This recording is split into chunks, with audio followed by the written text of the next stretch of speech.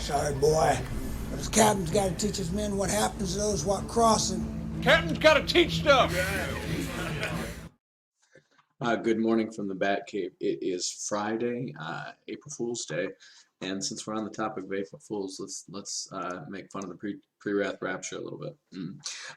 You guys, the reason I'm doing this is not just specifically to be contentious or just to say that my theory is better. The pre-wrath theory I have a problem with for two main reasons. One is that it has been growing very quickly because of its because of the number of different theories that come against the pre-trib theory, which is falling apart as we get closer and closer, and as the things from the book of Revelation start to unfold. And so most people who adopt pre-wrath, they did adopt it because it's got a camp of followers, and it's got timelines, and it's got books, and it's got videos and movies and stuff. And of course, most of those movies, what they're going to find in those is stuff that agree with their own discoveries about the pre-trib theory being wrong, and so they're going to latch on to pre-wrath. And the problem with pre-wrath is not just that it's a bad theory, which it is, it's that it's a dangerous theory. And the main thing is, like, if you watch what they point to, and I just heard this on Revealing Truth today, it's like the main thing they point to for you to look for is not the abomination of desolation. It's not Jesus Christ appearing in the clouds. It's not Jerusalem being surrounded by armies. It's the sun turning to darkness and the moon turning to blood. It's the sixth seal. Okay, and that's a problem because there is nothing. There's one line in Matthew 24 that seems to suggest that the sixth seal could be right before the rapture. If you choose to interpret that way, and of course it doesn't say that. If you look at the actual line, let's look at it real quick in Matthew 24, and this is exclusively where they get this from. But remember, they don't incorporate Luke 17. They don't understand where Matthew 24 is explaining Luke 17, and then they don't incorporate the book of Revelations chronologically to get to where they are here. And so when you're reading Matthew 24. They get to a point where Jesus is saying, but immediately after the tribulation of those days, the sun shall be darkened and the moon shall not give its light. And the moon shall not give its light. Okay. Now, this statement, the sun shall be darkened and the moon shall not give its light, is not saying the sun shall be darkened and the moon shall be turned to blood. That's important because the sixth seal is saying that. Now, there are multiple times in the book of Revelation where the sun is darkened and the moon is darkened. Okay. It happens in the trumpets. They lose their light for a third of the day. Okay, it happens in the bowls when the sun and the moon are dark and the Antichrist's whole kingdom turns dark, and then it happens in the sixth seal where the sun's turned to darkness and the moon's turned to blood. But it's saying the moon will not give her light. It's not saying the moon will turn to blood. Okay, so this is something different. And then it says the stars shall fall from the heaven and the powers of the heavens shall be shaken. Now, I will admit that this sounds like the sixth seal because it's very much like the sixth seal. But I would argue that if you correspond this with the other things it's saying, and again, the powers of heaven are shaken, you got to remember other things that happen. There's a star called Wormwood that falls to the earth. There is another asteroid that falls to the earth that makes the waters turn to blood, and wormwood makes the waters turn bitter. Okay, so those are multiples, what would be considered stars falling from heaven, because any asteroid or meteor is considered a star in the Hebrew and the Greek. Okay, so and then if you correspond this with Joel 2, which specifically mentions the sun turning to darkness and the moon to turn blood, he also mentions blood, fires, and pillars of smoke, which are all in the seven trumpets. Okay, so Jesus is saying, I believe Jesus is giving here a summary of everything that transpires up to that time. Because again, he's already talked about wars and plagues and pestilences and earthquakes in various places, and he's talked about the false prophets and the persecutions that are going to come. And so he gets kind of to the end of that, but he leads you up to the abomination of desolation, and then he goes back to the false prophets and the persecutions, which would amount to, the fifth seal and the white horse, the apocalypse, and what Luke 17 is describing is false Christ and false prophets saying, lo here, lo there. In other words, he's here, he's there. Well, okay, they're telling you that Christ is here, and so what you have to have is these guys pointing to Antichrist, and you just don't have any indication of Antichrist arriving until the fifth trumpet. You have the angel of the bottomless pit ascending, and of course, the Antichrist is known twice in the book of Revelation as the beast that ascends out of the bottomless pit. Okay, so you have the Antichrist kind of showing up pretty late to the game in their eschatology, because it seems like he's not appearing till towards the end of the tribulation. But yet they have his appearing based on the white horse, saying, well, this is what it's going to happen. And then they have these persecutions at the hand of the Antichrist, replacing what Jesus's are the persecutions at the hands of false Christs and false prophets. Okay, so we get here, and then he says, and then shall the sign of the Son of Man appear in heaven, and all the tribes of the earth shall lament, and they shall see the man coming in the clouds with power and great glory. Now, most people think, because it says immediately after the tribulation, that these things transpire immediately after, or at the end of what they would call the Antichrist Great Tribulation. And of course, if you know this time of trouble or Great Tribulation, it is 3.5 years per Daniel. And Christ is pointing them to Daniel. He's pointing them to that exact passage where it says it's a 3.5 year tribulation. But what you don't also realize is that there's another thalipsis that is leading up to the abomination of desolation. So there's a thalipsis and then there's a megathalipsis. And the pre-tribbers get this, because they say the first half is the thalipsis, the persecution. They just think it's tribulation saints being persecuted and not Christians who are not raptured yet. And then the second half is the Great Tribulation, and that's where every last Christian would be dead if not for the rapture, except for the Jews who are, the Jewish believers who are hiding in the wilderness for 3.5 years.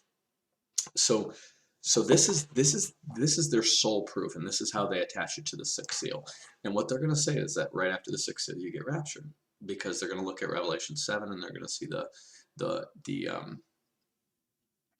bride in heaven, those out of many tribes and nations and tongues. And it says these are they that come out of great tribulation. It didn't say they came out of great tribulation in the past tense. It says they come out, which could refer to they are coming out, or they're going to come out of great tribulation. It doesn't necessarily mean they have already come out of tribulation.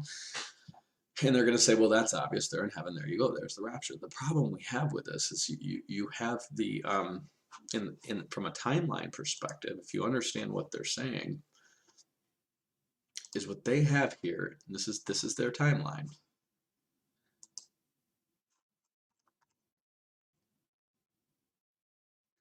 They have the 4 horsemen, and then they basically at the 5th seal, that's where they place the abomination of desolation. Now, there's nothing in the text of Revelation that suggests the abomination of desolation should be here, but they're kind of just blending together everything in the 6 seals to stretch it to the midpoint, so that when you have the 5th seal and the persecutions, they say that is the Antichrist Great Tribulation, and that's going to lead up to the sun turning to darkness, and the moon turning to blood, and the stars falling from heaven. And of course, then they say that's when you have the rapture. The problem is in that theory, then you have the 144,000 sealed for only a period of, in their estimation, under a year. And that's a problem, because if the 144,000 are only sealed for a year, how do you have Jews fleeing into the wilderness for 3.5 years? Who are these Jews that are fleeing into the wilderness if they're not at all related to the 144,000? And why is God sealing 144,000 people if all these Jews are already believing and fleeing into the wilderness? It just doesn't make sense. And of course, Alan Kirshner's going to have a video that says, the 144,000 are not Jewish evangelists, but it's like, well, what are they then? What are these 144,000 people who are sealed, if not to evangelize the Jews for 3.5 years? Because again, there's just so many prophecies, and there's just so many parts of the Bible that they don't reconcile at all. This is in Matthew 10, and I think it's in Luke 12, when Jesus sends out his 12 apostles. He tells them about going about in the midst of the wolves. They'll be brought before kings and rulers for his sake, and tells them when they deliver them up, the Holy Spirit will give him what to speak. And of course, he cites that in Luke 21 as well at the Olivet Discourse. So this is an end times message here.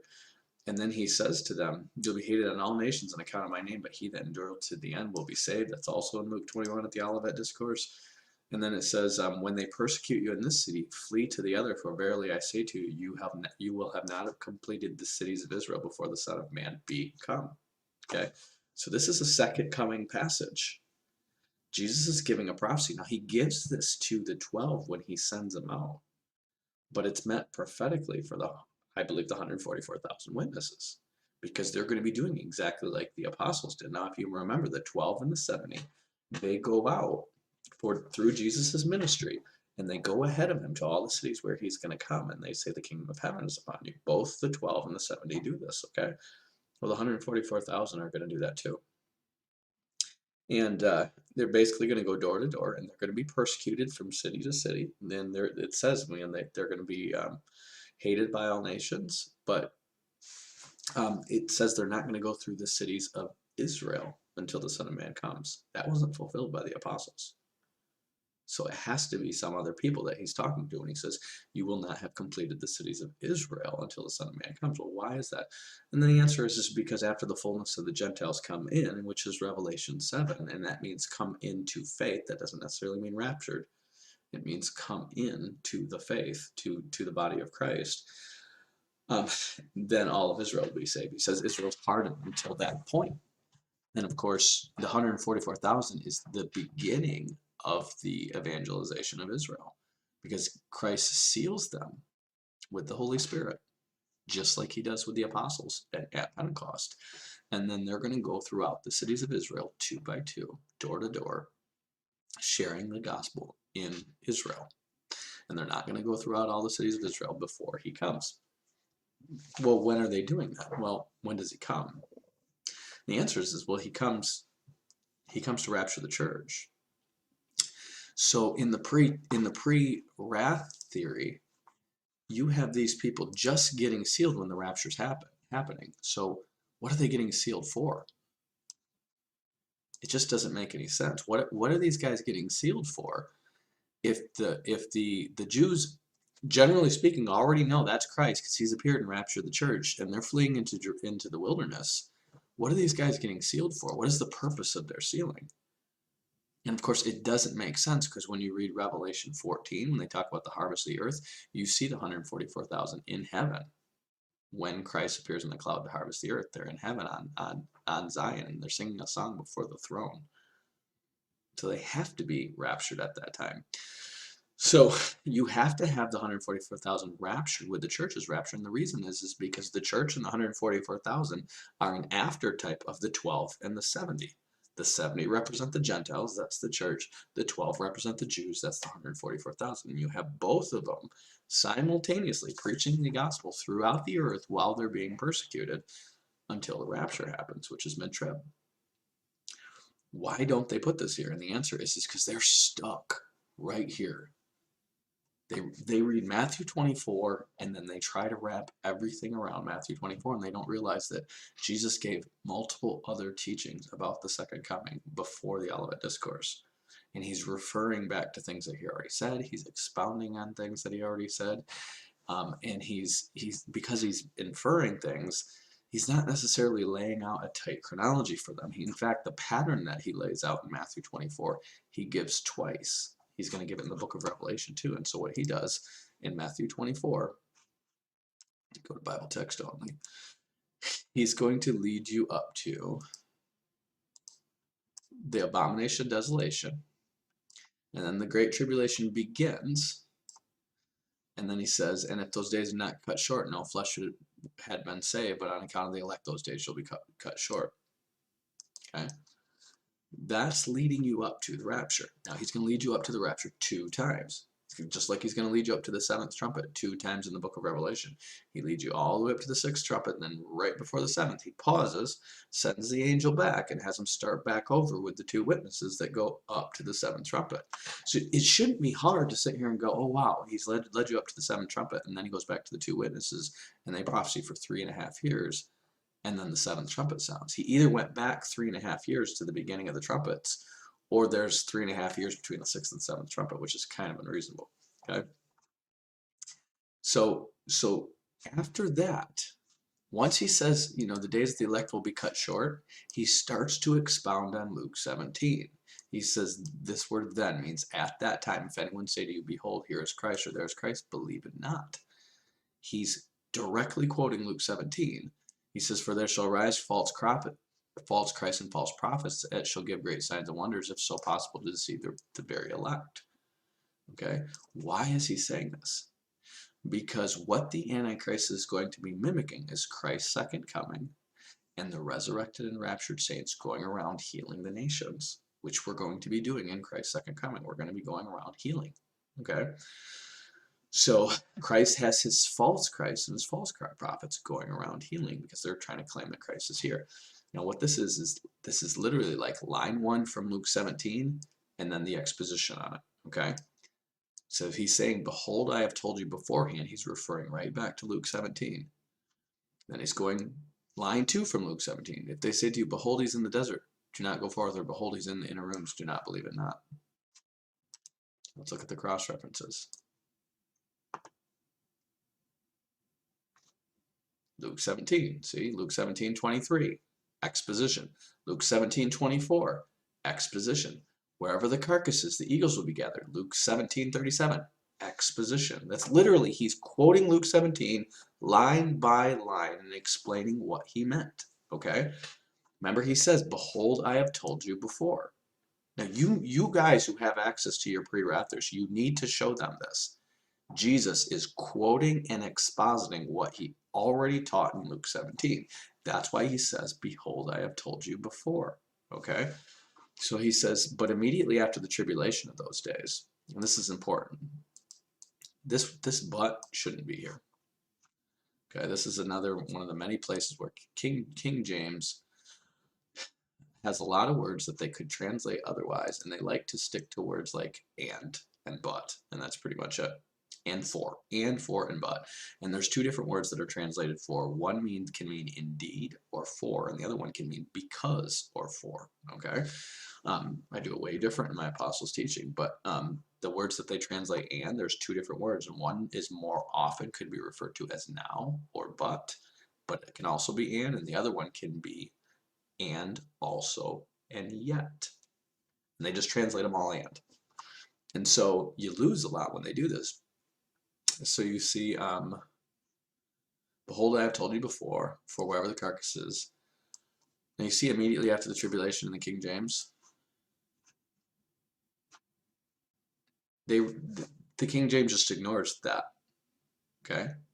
Now this is important because Jesus is starting a new thought here. The word day most often means now or but. It can mean and, but it most often means now or but. It's like the beginning of a new thought or a attachment to a thought saying, but on the other hand, or moreover is another way it can be translated, okay? So notice that Darby translation translates but the King James doesn't, okay? That day is supposed to be there. But immediately after the tribulation of those days, okay? Now here's how this should be properly translated. He said, for wherever the carcass is, the eagles will be gathered together. Now he's going to expound that, okay?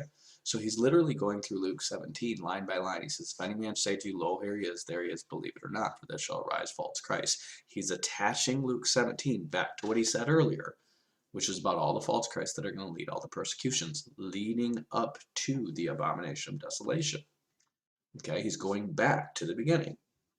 And then he says, behold, I have told you before. He's saying, remember last week when we were talking about this Luke 17 thing? Everything he's saying is in Luke 17. And then he says, aun means therefore, or so then. If anyone says to you, behold, he's in the desert, do not go forth. Behold, he's in the inner chambers, do not believe it not. And of course, that's a reference to the Middle East and the Holy of Holies. Because he's saying this is what he's going to do. He's going to go through and conquer the Middle East, and then he's going to go sit in the Holy of Holies. And he says, for, as lightning comes out of the east, he says, and this can be for or indeed, okay? For as lightning comes out of the east and shines in the west, so shall the coming of the Son of Man be. Now, why is he saying that for? Because he's juxtaposing that with the rumors of his coming, with everybody seeing his appearing. Every eye will see him, okay? And then he says, gar, which can be, again, indeed or for, wheresoever the carcasses, the eagles will gather together. So you could translate that indeed. Indeed, wheresoever the carcasses gather, the eagles will gather together. Now he's going to explain that. Okay? So in Luke 17, he pops right from there to they say, where, Lord? And he says, you'll see one taken and one left. And they say, where, Lord? And he says, wheresoever the carcasses, the eagles will be gathered together. So you already know from Luke 17, he's referring to one taken and one left. Okay, you already know that they're going to see one taken and one left the night that Christ appears in the heaven and the Jews are fleeing Jerusalem. And we already know in this passage that the Jews are fleeing Jerusalem at the abomination of desolation. So he says, for wherever the carcass is there, the eagles will gather together. Immediately, he says, now immediately after the tribulation in those days, the sun shall be darkened, and the moon shall not give her light. That's give or grant her light. Okay? And the stars shall fall from heaven, and the powers of heaven shall be shaken. And the Son of Man shall appear. And see, this it says, and tote. So that means and then, or and at that time. Okay? So also at that time, the Son of Man shall appear in heaven. Okay? Now he's saying this is what happens before it. Okay? He said, now this is going to happen. Now the sun's going to turn to darkness, the moon's not going to turn light. But this could be translated yet. Okay? Yet at the time shall appear the Son of Man. Yet at that time, the Son of Man shall appear in heaven. And at that time, all the tribes of the earth will mourn, and they shall see the Son of Man coming in the clouds with heaven, with power and great glory. So notice he's saying this the same thing in two different ways. They're going to give you rumors, but you're going to, every eye is going to see him coming. And again, he's going to say, there's going to be all these crazy signs. Yet at the time that Christ appears, you're all going to see it. Every tribe on earth will mourn. That's the point he's making. Everyone's going to see it. Don't be deceived. That's the point, okay? And he'll send out his angels with a great sound of a trumpet, and they shall gather together his elect from the four winds, from one end of the heaven to the other. See, like, you have to listen to, he is not laying out an eschatological timeline. He's warning them against deception. He's teaching them what they need to know to be warned against deception. He's like, they're going to say Christ is here, but don't worry about that until you see him coming in the clouds. There's going to be all these signs, but don't worry about that until you see Christ coming in the clouds. He's saying the same thing again and again and again. Don't be deceived. There's going to be the abomination of desolation. Don't be deceived. They're going to tell you Christ is here, but you're going to see him when he's here. Don't be deceived. There's going to be all these crazy signs, but when Christ gets here, you're going to see it. Okay? And he says, and then he'll gather all his elect from one end of heaven to the other. So he's telling them, don't be deceived by rumors. Don't be deceived by false Christs. Don't be deceived by all these troubles in the earth. Don't be deceived by persecution. Don't be deceived by signs in the heaven. When Christ comes, you'll see it. Don't worry about that. He's not giving them a timeline necessarily. Now, it just so happens, Paul takes all these pieces and he summarizes them in 2 Thessalonians chapter 2. First Thessalonians, he describes the rapture. 2 Thessalonians, he gives the timing of the rapture. So 1 Thessalonians, he actually describes the rapture because he's dealing with people whose relations have died. In 2 Thessalonians, he gives you the timing of the rapture very clearly. He says, because people are wondering if the rapture already occurred. Now think about it. If back then people could be deceived into thinking the rapture had already occurred and they just missed it, how much more can they be deceived when the stars of the heavens are falling, the powers of heaven are shaken? You see shooting stars come across the sky, and somebody says that was the rapture, and you just missed it. Of course, Christians are disappearing from persecution left and right, so maybe that's right. Maybe the good Christians all got raptured, not persecuted, and dead and disappeared. And I just wasn't good enough. I wasn't one of the ones who was going to be raptured. I had the wrong theory. Okay. Which a ton of pre-tribbers and a ton of people are going to sit there doing, okay? And then after that, the rumors are going to start that Christ is here. Lo, he's in the desert. Lo, he's in the inner rooms. Don't be deceived by that. 2 Thessalonians, Paul takes everything Christ said in Matthew 24, and he summarizes it. He takes everything taught there. And he summarizes it this simple. Now we beseech you, brethren, by the coming of our Lord Jesus Christ and our gathering together unto him, that ye not be soon shaken in mind nor troubled, neither by spirit nor by word nor by letter as from us, as the day of Christ is at hand. Let no one deceive you by any means, for that day shall not come unless there come a falling away first, and that man of sin be revealed, the son of perdition. Well, how's the man of sin be revealed? Easy. Who opposes and exalts himself above all that is called God or that is worshipped, so that he as God sitteth in the temple of God, showing himself that he is God. That's the abomination of desolation. Does Paul mention the sun turning to darkness and the moon turning to blood? No. Why? Because this is the sign of Christ's coming. Once the Antichrist does this, he says this, and then shall that wicked be revealed. Okay? Notice he says it won't happen until the man of sin is revealed. And then he says, he exalts himself, showing himself that he's God. Remember not that when I was yet with you, I told you these things. He's saying the same thing Jesus said. I told you before. Remember? And you know what withholdeth him, that he may be revealed in his time. For the mystery of iniquity doth already work, and him that letteth will let until he's taken out of the way. The mystery of iniquity is the apostasy that leads up to the Antichrist sitting in the temple, claiming that he's God. It's the great delusion. It's everything that God allows to happen, which includes all this trumpet seals that are like a third scale of the bowl. So God himself is running this like miniature foreshadowing of the coming of Christ through Antichrist. But when it comes down to it, the Antichrist is going to come up from the west gate instead of the east gate and sit in the temple. And anyone who's paying attention is going to be like, wait a minute. Christ is supposed to come from the east gate. We know this for Ezekiel 43. Nobody reads Ezekiel 43 in eschatology circles. He's supposed to come up from the east gate, not the west gate. He just came through the wrong gate. This is not Christ. They would know that. But notice he says, at that point, he says, and then shall that wicked be revealed. So he's literally saying what? When he sits in the temple and claims he's God, then he'll be revealed, whom the Lord shall consume with the spirit of his mouth and shall destroy with the brightness of his coming. Why? Because Christ appears with the clouds like a flash of lightning. That's the brightness of his coming. And that lightning destroys the Antichrist. And also it causes Satan to fall from heaven as lightning, because Satan's cast out at the same time. Okay, so that's literally Revelation 11, where he appears in the clouds and tells the two witnesses, come up here, resurrects and raptures them. And then Revelation 12, you see Satan casting him out of heaven. Revelation 13, you hear him blaspheming God and committing the abomination of desolation, and then also setting up the image. And Revelation 14, you have the Son of Man coming on the clouds to harvest the earth. All four of those things are simultaneous. They're all happening at the same time, or the same day at least.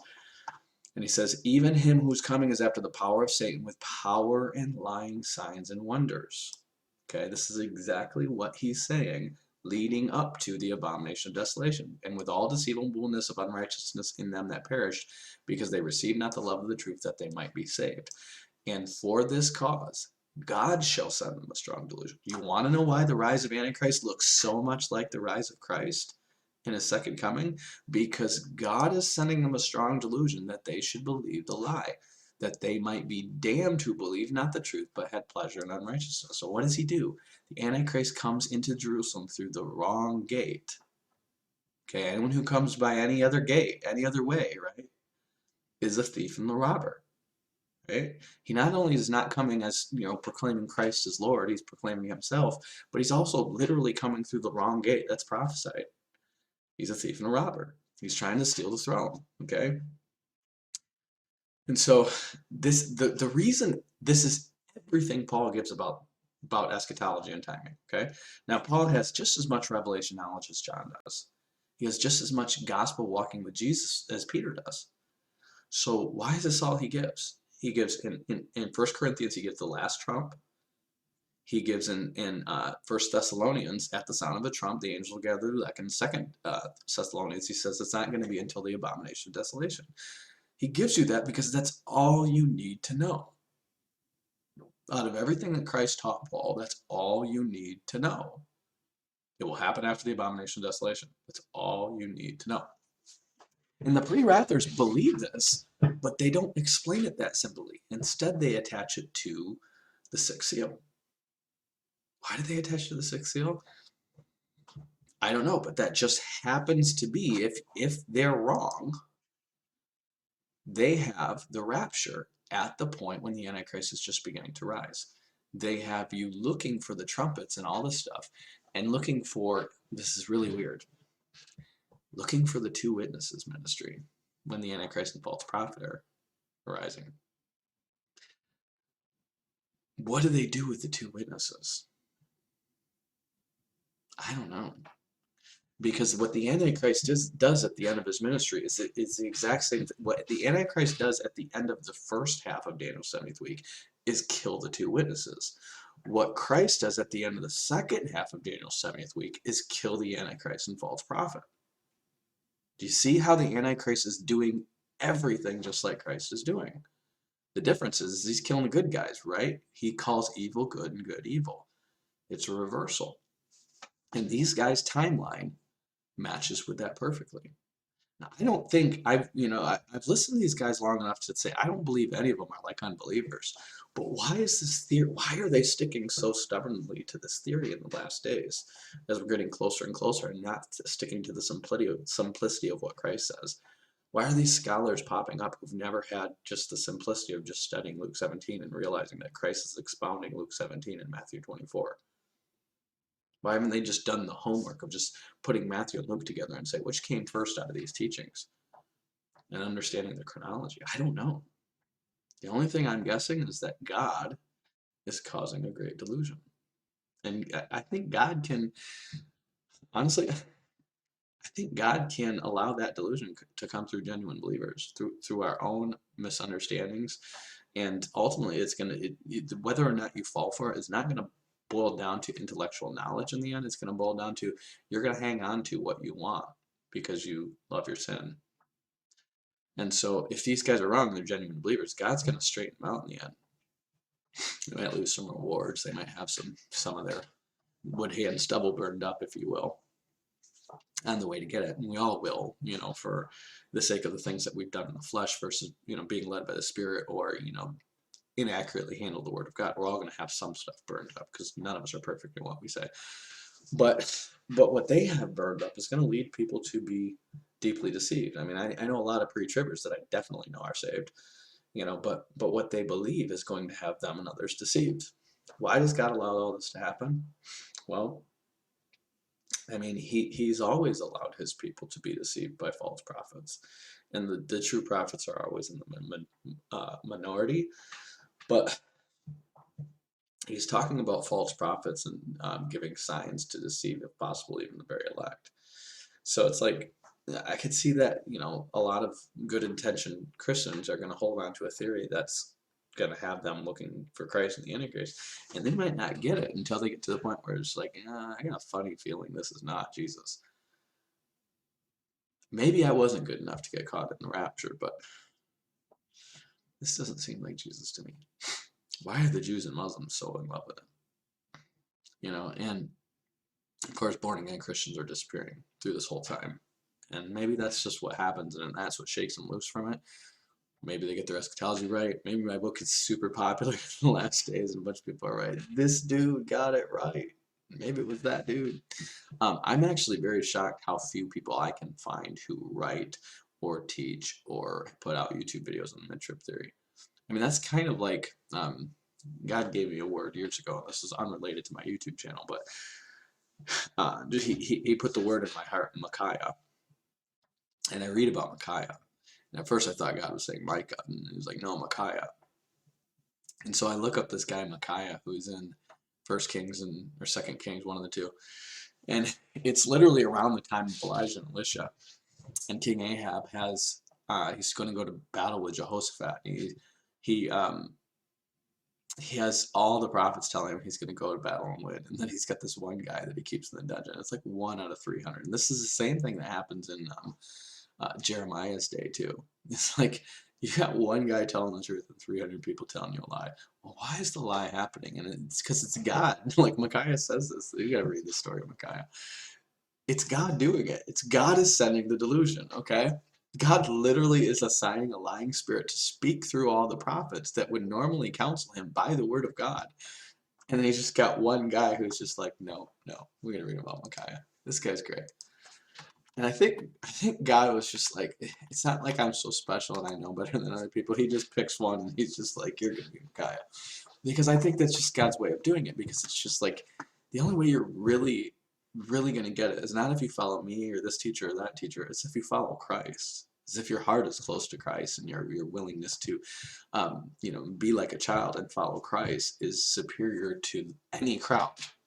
And so as we get closer and closer, the words of Christ are going to become clearer and clearer and clearer to you. And these theories and these charts and these complex, theologies that get you to these wrong conclusions are just going to be like, that doesn't just sound like the simplicity of what Christ says. Well, let's look at Micaiah. This is 1 Kings 22, right? He says, and they continued three years without war between Syria and Israel. And it came to pass on the third year that Jehoshaphat, the king of Judah, came down to the king of Israel. Now, if you know the backstory of this, Jehoshaphat, he actually has a daughter married Ahab, or he has a son marry Ahab's daughter, and that daughter takes over the kingdom and almost wipes out the Davidic line. Like Jehoshaphat he's a younger king than Ahab, and Ahab's older, and he's been simping for Jezebel for quite some time, and he's just not a good guy. But he's rich, and he's more experienced king, and so because they're related, he gets Jehoshaphat to marry his daughter to the line of the throne of Judah, and she ends up the queen mother, and then tries to kill every last one of them. But anyways, it says, the king of Israel said unto his servants, know ye that Ramoth in Gilead is ours, and we be still and take it not out of the hands of the king of Syria? In other words, he's saying, okay, back in the day, Syria took this land from us, and this is ours. Let's go get it back. And he said unto Jehoshaphat, wilt thou go with me to battle to Ramoth Gilead? And Jehoshaphat said to the king of Israel, I am as thou art. My people is thy people, my horses is thy horses. Because his son is married to this guy's daughter. Okay. And Jehoshaphat says unto the king of Israel, inquire, I pray thee, at the word of the Lord this day. So Jehoshaphat's like, yeah, I'll go fight with you. Let's go do this. But first, let's ask the prophets what they think. So the king of Israel gathered together the prophets. I love this story. So the king of Israel gathered the prophets together, about 400 men. He said to them, shall I go against Ramoth Gilead to battle, or shall I forbear? Should I go or not? And they said, go up, for the Lord shall deliver it into the hand of the king. And then Jehoshaphat's spidey senses tickling, right? So he goes like this. And Jehoshaphat said, is there not here a prophet of the Lord besides that we may inquire of him? We just had 300 prophets. He gathered the prophets together. Oh, I'm sorry, 400. 400 prophets. 400 prophets together. Now, this is not ironic because do you know who these prophets are? If you read the story of Elijah and Elisha, Ahab's got 400 prophets. Okay, where does 400 come in? So this is after the prophets of Baal have all been killed by Elijah. So these are legit prophets of Israel, right? So he's got 400. He's got all his priests of Baal have all been killed by Elijah, right? He's got these 400 prophets. He's children with Jehoshaphat. He's like, yeah, I'll get some people to prophesy for you, Jehoshaphat, and he gets 400 prophets. And Jehoshaphat's just sitting here going, do you have any other prophets? Like, I feel like they're all chiming a little bit too much in unison for my taste there. There just seems to be dripping too much positivity in all this. I mean, this is a battle. This is a war. I'll just seem a little bit too happy and too easy peasy about this. So, do you got any other prophets? Any rough around the prophets? I don't know. You got any prophets that people don't like so much? Maybe some prophets a little rough around the edges, little less, smoothly dressed and smooth speaking. Do you got any other, more run of the mill, like, I'm just saying, is there anyone out there that maybe he does prophesy, but you guys don't like him so much? He's just got a spidey sense about this, because God's actually helping Jehoshaphat. He likes Jehoshaphat, right? Jehoshaphat means really well. He's just naive, okay? And so Jehoshaphat says, is there here another prophet of the Lord besides that we may inquire of him? You have another one? I just gave you 400 prophets, dude. What do you need? And then he said, the king of Israel said to Jehoshaphat, there is yet one man, Micaiah, the son of Imlah, by whom we may inquire of the Lord. But I hate him. This is the king. He knows he's a legit prophet. He's like, there is one man, but I hate him. He goes, for he doth not prophesy good concerning me, but evil. Every time he says it's negativity, this guy has a negatude. He has a critical spirit. I'm pretty sure he's coming in the wrong spirit, but he's a legit prophet. But he's just got a chip on his shoulder. He's got this negatude, and I just don't like him. He always prophesies bad things about me. He doesn't come with words of encouragement. He doesn't come with love. He doesn't come with kindness. He comes with like rebukes and stuff. And it's always a rebuke. It's all this guy's doing is just negativity. I think he's just got a critical spirit. I think he's got parental issues. I think he's got perhaps some trauma or perhaps some mental health issues. Or perhaps he is not taking enough echinacea and vitamin D. Or perhaps he's just a little legalistic. He's just not positive. This dude, he always prophesies evil concerning me. He's a legit prophet, but I hate him. I hate this dude. I hate this dude. It's just like, oh, here comes Mr. Positivity, and what's the word of the Lord today? You're gonna die. And this is Ahab, right? Like, this is the guy who's married to Jezebel, right? Like, we all talk about the Jezebel spirit. This guy is married to Jezebel, right? So, of course, he's going to get some stuff thrown. He's going to get some poo thrown at him. Of course, he's married to Jezebel. He's the simp of all simps, right? And Jehoshaphat says, let not the king say so. In other words, don't say I hate this guy. Don't hate. Participate. Let's listen to him.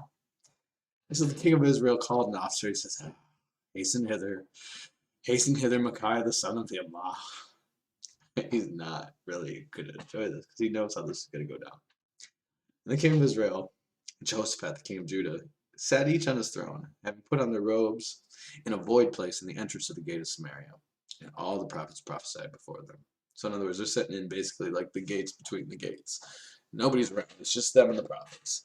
And the prophets are coming there, and they're sitting there in their swag. And he's like, what's this one got to say?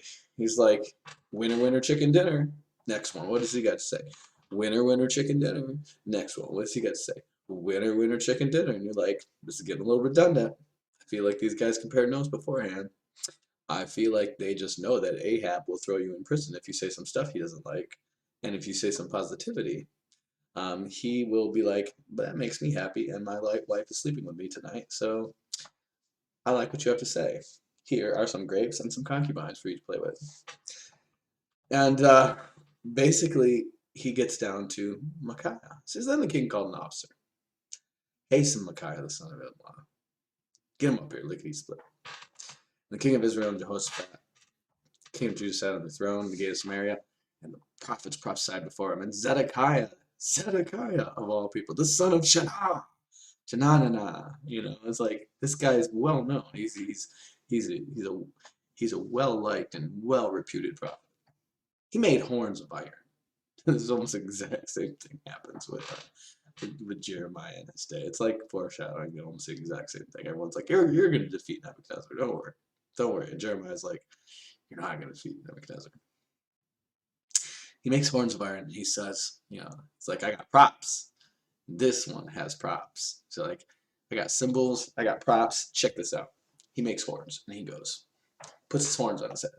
And he's like, and you're like, wow, that's more creative than the other prophets. It sounds like he's, when prophets do something weird, that's definitely from God. Because, who would do something weird like pretend they're a bull ramming with horns around? And he said, thus saith the Lord. Ooh, he didn't just tell me I'm going to have victory. He's busting out the thus saith the Lord and the King James and everything. He said, with these shalt thou push the Syrians until you have consumed them. With horns. With those horns? You got to wear those? Those horns. I'm going to get a horn helmet. Really? Iron horns. It's going to be heavy. It's a symbol. I'm a prophet. I'm a deep prophet. I'm giving you a symbol. I'm giving you a parable even. You got to discern this a little bit. That's how you know how legit it is. I got horns. And he's like, do the two horns represent anything? Are these like my left flank and my right flank? Are the two horns like Judah and Israel? I have to really think about this. parabolic form of prophecy. This has got to be a legit prophet. He's got 2 horns on his head. And all the prophets said, go up to Ramoth Gilead and prosper, for the Lord shall deliver it into the king's hand.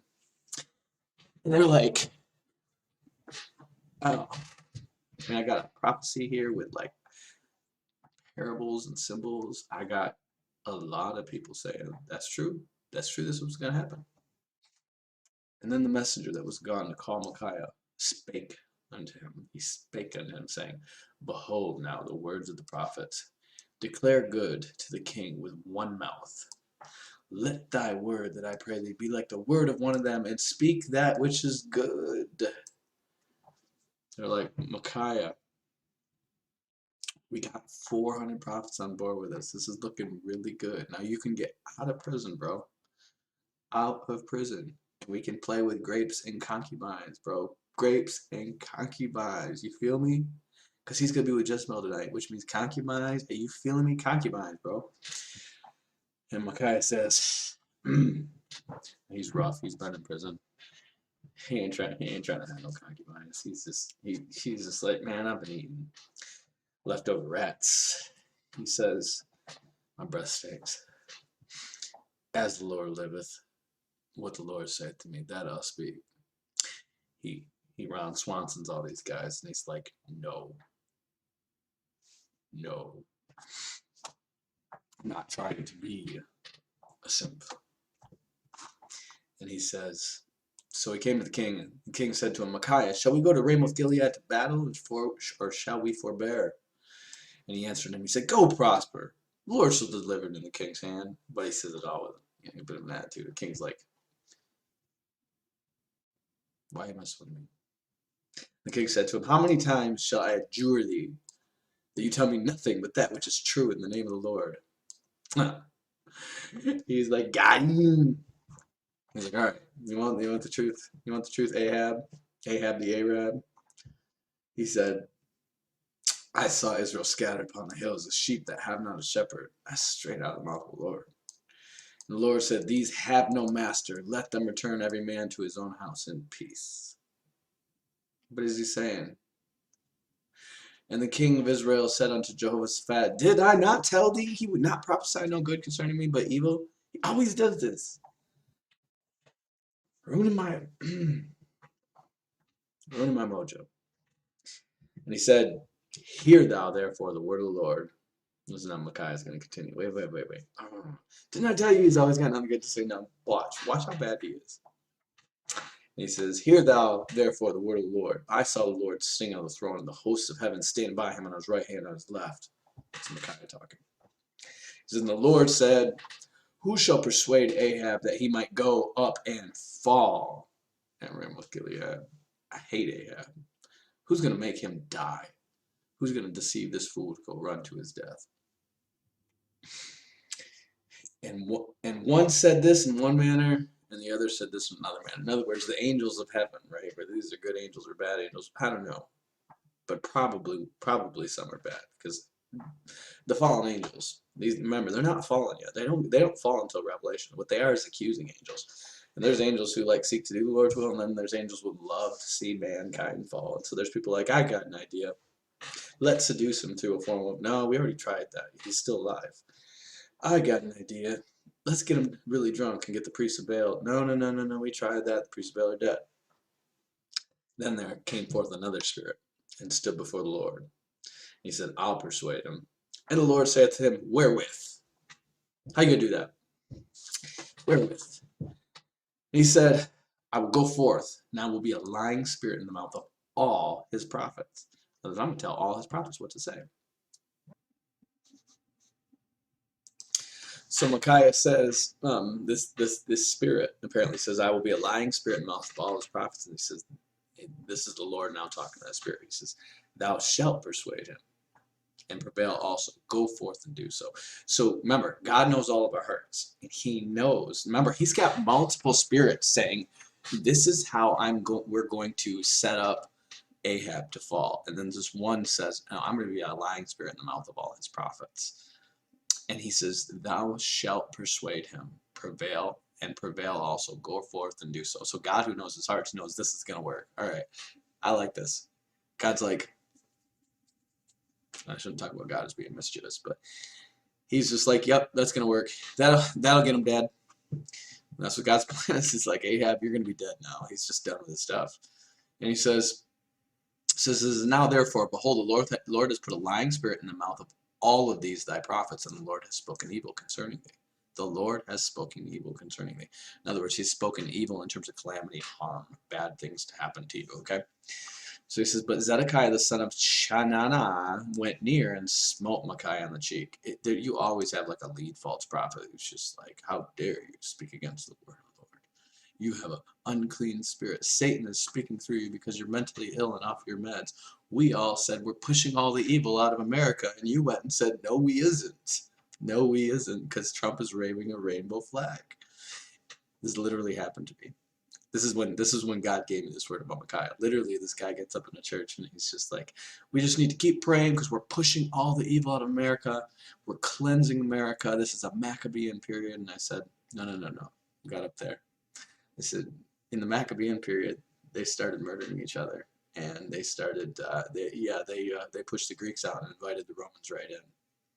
And the Romans were even worse than the Greeks. And the Maccabeans were like murdering for the priesthood and the throne, and it was drama, and I ended up with the Romans who crucified Christ. And I said, I literally was just like, God is putting into my heart Jeremiah and how all the false prophets were telling him, go, you'll prevail, but Jeremiah is saying, no, you're not. We're under judgment. This nation's under judgment. And of course, I was accused of having wrong spirit. And Satan was speaking through me because I was mentally ill and off my meds.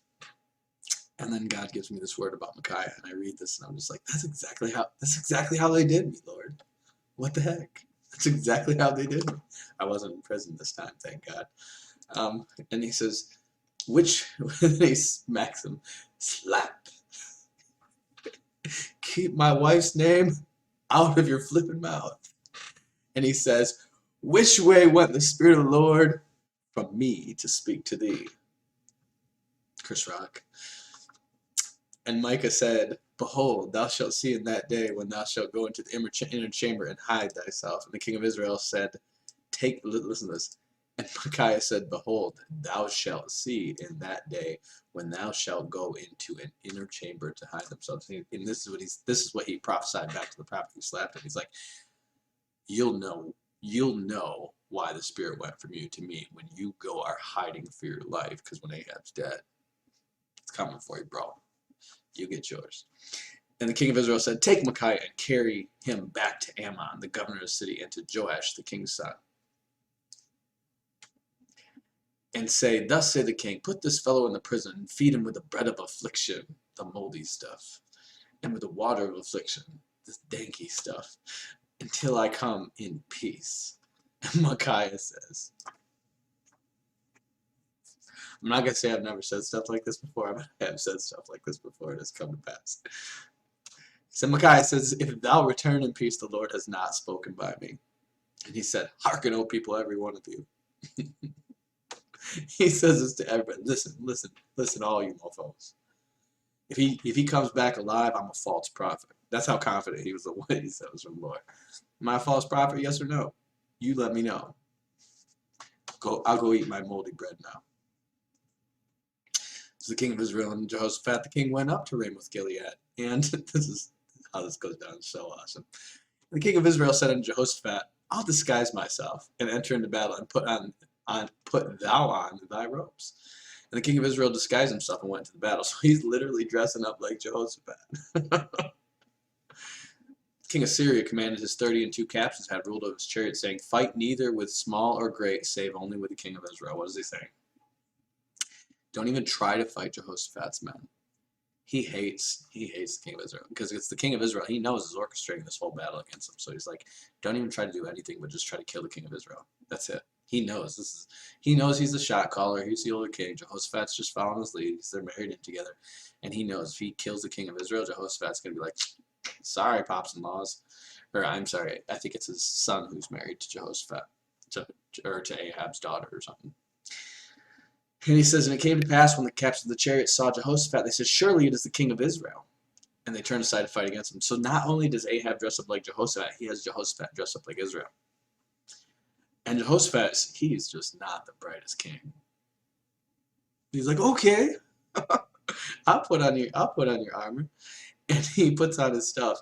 And everyone's coming after him. And he's like, what the? He's like, I'm out. Forget this. He's like, everybody's like, this is this whole army, and like they're not even trying to battle line formation with him or anything. They're just all running after him, like they're just, let's get him. And he's like, what? No. And so he said they turned aside to fight against him. Jehoshaphat cried out, and it came to pass when the captains of the chariots perceived that it was not the king of Israel, they turned back from pursuit. That's not Ahab. That's Jehoshaphat. You heard how he screamed like a little girl, even? That's Jehoshaphat. They cried out. And certain men drew the bow. Listen to this. And a certain man drew a bow at a venture. Here's this dude, like, right? He's like a level 2 archer. He's not even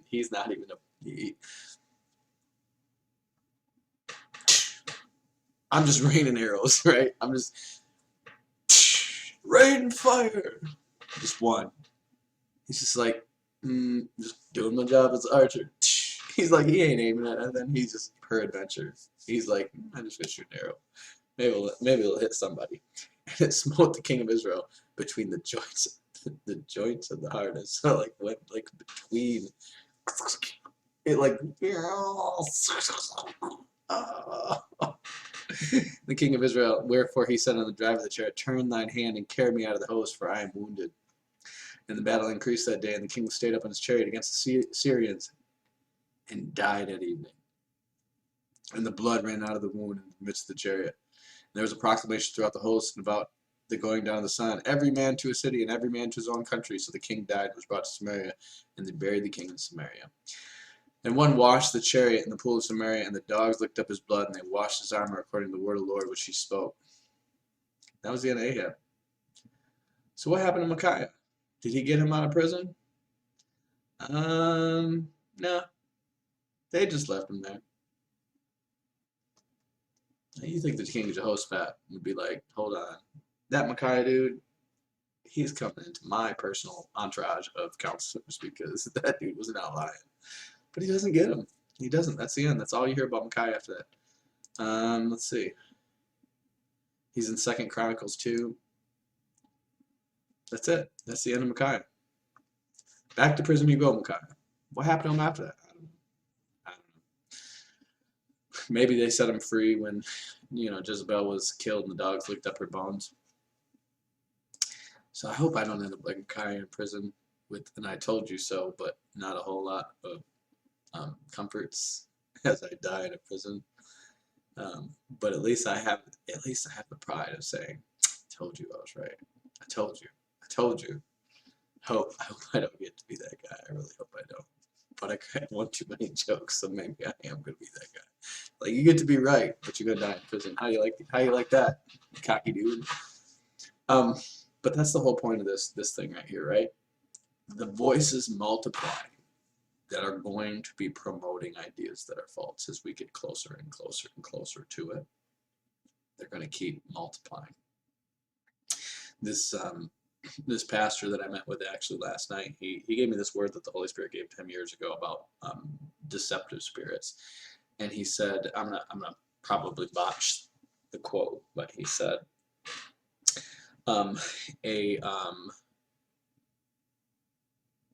bad idea comes quickly, gathers many in agreement, and always leads to calamity. A wayward idea, okay, a word amiss, okay. So in other words, a false word. It's there to deceive. It's going to come quickly. It's going to gather a lot of support quickly. In other words, it's going to come in haste. And the idea is it's impulsive. But then you're going to have a lot of support for that idea. It's not going to be carefully considered, prayerfully considered. You're going to have a lot of support for it, and it leads to calamity. Why? Because the devil is a deceiver. He comes as an angel of light. And he's going to deceive you into receiving things that your flesh wants, and your flesh wants to go, go, go, go, go. But you know, the spirit is patient. The spirit is going to. The fruits of the spirit are peace and patience. Right? The word of the Lord is sown in peace, making peace. And it doesn't mean you won't have trials. It doesn't mean you won't have conflicts in the context of what you're doing, but you won't have this idea of making a rushed decision where you're not sure if this is a good idea or not. God's not going to put you in that position. He might put you in a position where you have to make a decision suddenly, but the decision that you have to make suddenly is going to be a clear, right decision. If it's a decision that seems like a leap of faith, and that's sudden, and everybody's telling you go do it, might not be from the Lord. You might think about that. So I think this pre-wrath theory, what I think is going to happen is we're going to start seeing the signs from the 6 seals very clearly happening, and by the time you get there, the pre-trib camp is just gone. It's just gone. By the time World War III breaks out, especially when the sun turns to darkness and the moon turns to blood and the stars fall from heaven, the powers of heavens are shaken, the pre-trib camp is just done. They're gone. So is the amillennial camp. They're gone. Okay, this is all symbolic. This is not literally happening like in the Bible. I'm sorry, when the sun turns to darkness and the moon turns to blood and the stars shoot across the sky, guess what? The amillennialists and the pre-tribulationists are sitting there with their tails between their legs saying, we were wrong, if they're even saved.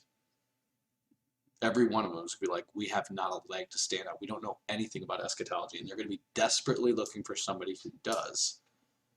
And what you're going to have is the pre-wrathers standing alone, saying, we told you. And then what you're going to have is the sun turned to darkness, the moon turned to blood, and all of a sudden you're going to hear rumors that the Antichrist is here. And you're going to be like, wait a minute, you guys said the rapture was going to be right after the blood moon, 6th seal. And they're going to be like, well, not everyone gets raptured, though. And they don't know the word of the Lord enough to say, wait. But he said, if not for the elect's sake, if not for the Lord's intervention here, not any flesh would be saved. So you know what happens to all those people who don't get raptured? They get their head cut off for not taking the mark of the beast. So if you're still here living, this ain't it. Because if that's true, then the Great Tribulation should be upon us, and you should be dead, getting your head chopped off for not taking the mark of the beast. And that's why you have all this stuff with vax passports and stuff like that propping up right now. Why? Because you're going to have a pseudo mark of the beast running around. You're going to have somehow a pseudo abomination of desolation running around. And I have a feeling it could be something like the Pope in this new like Islamic temple that they're building in Dubai. That wouldn't shock me if that happens. And the Pope says we're all one religion, or the Pope going to where the Abrahamic faiths were started and trying to launch something there. I have a feeling it's going to be something like that and involving the Pope. And I have a feeling it's going to be involving basically the Russians thinking the Antichrist is the American president, and the Americans thinking the Antichrist is the Russian president. And so everybody thinks the Antichrist has fallen in their version of things. And everybody thinks the false prophet, the Pope, is fallen in their version of things. And after that, when the real Antichrist arises and the real false prophet arises, there's a deception, and people are led to believe that might be Elijah and Jesus, or the 2 witnesses. And there's a deception going on. It's a great delusion that God is sending upon them. God is sending upon the great delusion. And I just gave you an example of God sending upon the king of Israel a great delusion, that he believed the lie. Well, how was the great delusion propagated? By many false prophets showing up all at once and saying the same wrong thing, the same lying spirit in everyone's mouth. That's what's going to happen. That's what Jesus tells us is going to happen. He said, read Micaiah. Read about Micaiah. We've been done this before. Okay? Is that new? God's like, we're not ignorant of his schemes, y'all. We've done this before. You guys, if you just read the book, you know how this goes down. We're just scaling it up is all. If someone in the boardroom says, does that scale? And they sound really smart, right? Yes, that does scale. All of God's prophetic activities and everything he did in the kingdom of Israel and with Noah and Abraham and all this stuff, it scales. God comes up with business plans that scale. And so he scales them up and he does it again. Same old bag of tricks. You guys do the same dumb stuff. I do the same smart stuff. And you fall for it every time, you sinners. Why? Because Satan's clever. He's way more clever than you. But you know who's more clever than Satan? By far, God. He's Jeopardy smart, y'all. Jeopardy smart. I was on Little Nicky. Anyways, Get the point, guys. Push on these pre-wrath people. I mean, really push on them. Have you considered Luke 17? Have you considered the mid-trib position? Okay, don't tell me how good your position is. Have you considered the mid-trib position? Have you considered that Luke 17 says that night one will be taken, one will be left? You guys, I need some help shouting this out. I'm not a popular dude. I'm Micaiah. I'm sitting here in prison eating the bread of affliction. People are like, look, I don't want to eat no bread of affliction. I ain't gonna try to listen to that dude. He ain't got a wife. He ain't got no job. He's eating the bread of affliction. Why would I want to listen to that dude? So I need you beautiful popular people to go to the cool kids table and say, listen, y'all, have you read this Luke 17? Did you notice that he's expounding on Luke 17 and Matthew 24 like line by line? It's like he says one line from Luke 17 and he explains what it means. Then he says another line from Luke 17 and he explains what it means. Then he says another line from Luke 17 and he explains what it means in 2 lines. And he just keeps going explaining Luke 17 and he says, I told you before. Have you noticed that? Have you ever considered that in your analysis of Matthew 24? No, we don't think Luke 17 is about the second coming. Ooh. Ryan Habana said that to me. Ryan Habana said he didn't think Luke 17 was about the second coming. That wasn't the point Jesus was making. Ryan Habana, who tours with Alan Kirshner, okay, said that to me. I'm like, dude, what do you mean Luke 17 is not about the second coming, y'all? I mean, that tells me you're like a noob at this. How do you have speaking tours? Oh, because you're hanging out with a guy with a PhD called Eschatos Ministries who wrote a PhD about everything that's wrong with pre-trib theory and put a really bad theory in its place. Because he was just bootlegging Marv Rosenthal and Cooper. And he really hadn't thought it through that much because he was a noob too. Sometimes you can be a PhD and you can be way too hyper-focused on the wrong stuff and not enough focused on the other stuff that you should be focused on. Because you're missing the forest for the trees, Forrest Gump. Anyways. That's how it goes down. You guys need some help. Do your best. I'll do my best.